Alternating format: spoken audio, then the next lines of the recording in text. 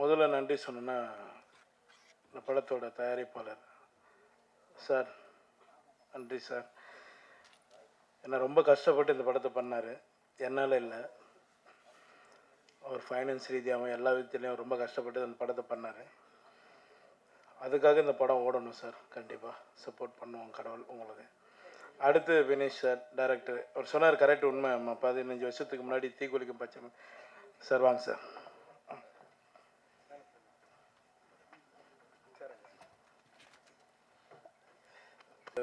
ஒரு 15 வருஷத்துக்கு முன்னாடி தீக்குளிக்கும் பச்சை மரம் படத்தில் வந்து பிரஜன் ஹீரோ. அவர் சொன்ன மாதிரி, சார் சொன்ன மாதிரி வினேஷ் சார் டைரக்ஷன் பண்ணார். அதில் ஒரு சின்ன கேரக்டர் பண்ணோம் நாங்கள். அவரோட ஃப்ரெண்டு கேரக்டர் பண்ணோம். 1000 ரூபா சம்பளம் தரேன் அப்படின்னாரு. சரி ஓகேங்க அப்படின்னு. ரொம்ப வருஷம் விட்டு அதுக்கப்புறம் நாங்கள் எங்கள் 2 பேருக்கும் கான்டாக்ட் இல்லாமல் இருந்தது. ஒரு 5-6 வருஷத்தை விட்டு ஒரு ஃபோன் வந்தது. அந்த வாய்ஸ் கேட்டு தான் நான் வந்து பேர் கூட கேட்காம வினீஷ் சார் எப்படி இருக்கீங்கன்னு ரொம்ப ஷாக் ஆகிட்டார். ஏன்னா நான் பழசை மறக்க மாட்டேன். நமக்கு 1 ரூபா 2 ரூபா கொடுத்தனையும் நான் மறக்க மாட்டேன். அதுக்கப்புறம் நான் பேச ஆரம்பித்தேன். பேசி வாங்க சார் நேரில் மீட் பண்ணலாம் அப்படின்னு. ஒரு 5 நிமிஷம் தான் லைன் சொன்னார். அவரோட பிரச்சனையும் சொன்னார். ஓகே படம் பண்ணலாம் சார், நீங்கள் படம் ஸ்டார்ட் பண்ணுங்க அப்படின்னு. பண்ண படம் தான் இந்த படம். இந்த படத்தில் நடித்த எல்லாருக்குமே நான் நன்றி தெரிவிச்சுக்கிறேன். மேடம் உங்களுக்கும், அப்புறம் அறிவு பாலா, சாந்தி அக்கா, நிறைய பேர் இருக்காங்க. மது அம்பட் சார் வந்து அவர் சார் சொன்ன மாதிரி அவருக்கு வயசாகலைங்க இன்னும். எனக்கு ஒரு கதை சொல்லியிருக்காருங்க, டைரக்ட் பண்ண போகிறாரு.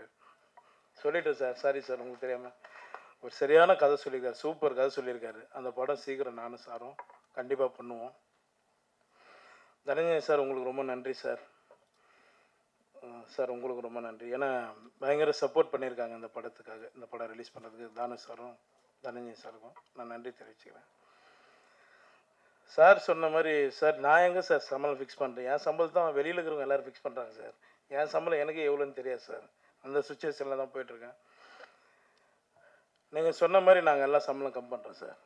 நீங்களே அனுப்புங்க சார், யார் ஒன்றாலும் அனுப்புங்க, நல்ல கதை கிட்ட அனுப்புங்க. சொல்கிற சம்பளத்தை நீங்களே வாங்கி கொடுத்துருங்க. அதை கேட்டால் தான் இங்கே எதிரி ஆயிரும். அதான் உண்மை. இப்போ நம்ம வந்து நேற்று முந்தா நாள் வரல, யார் வேணாலும் என்ன வேணாலும் பேசுகிறாங்க. என் அசிஸ்டண்ட்டு என்கிட்ட ஒரு 3-4 வருஷமாக ஒர்க் பண்ண ஒரு தம்பி ஒருத்தன் ஹீரோவை பண்ண போகிறேன்னு சொன்னான். ரொம்ப நல்ல விஷயம், போய் பண்ணுற போட அப்படின்னா.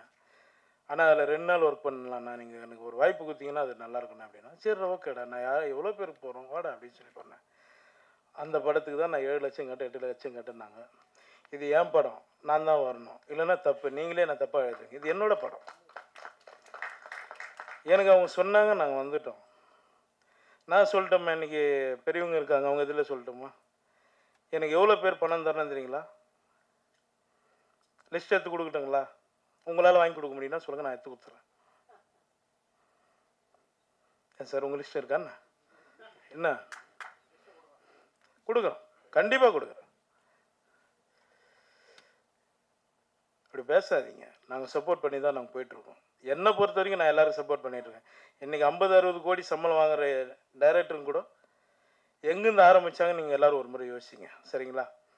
இந்த படம் ரொம்ப கஷ்டப்பட்டு, நான் ஜாஸ்தி பேசலை, எமோஷன் ஆகலை, அப்படியே ஃப்ரீயாக விட்டுருவோம். பேசுகிறவங்க பேசட்டும், கடவுள் பார்த்துக்குவோம், அவ்வளோதான். நான் எதுவும் பேசலைங்க. இந்த படத்துக்கு சப்போர்ட் பண்ணி இந்த படத்தை எப்படியாவது நீங்கள் தான் ஜெயிக்க வைக்கணும். உங்களோட ஆதரவு எங்களுக்கு வேணும். ரொம்ப நன்றி, எல்லாருக்கும் ரொம்ப நன்றிங்க. எனக்கு 6:30க்கு ஃப்ளைட்டு. நான் பெங்களூர் போகணும். அதனால தான் நான் 4:30 மணிக்கு போனேன்னு தான் ஒரு 1/2 அன் ஹவர் எக்ஸ்ட்ரா இருக்கேன். ரொம்ப நன்றிங்க, எல்லோருக்கும் ரொம்ப நன்றி. தேங்க்யூ.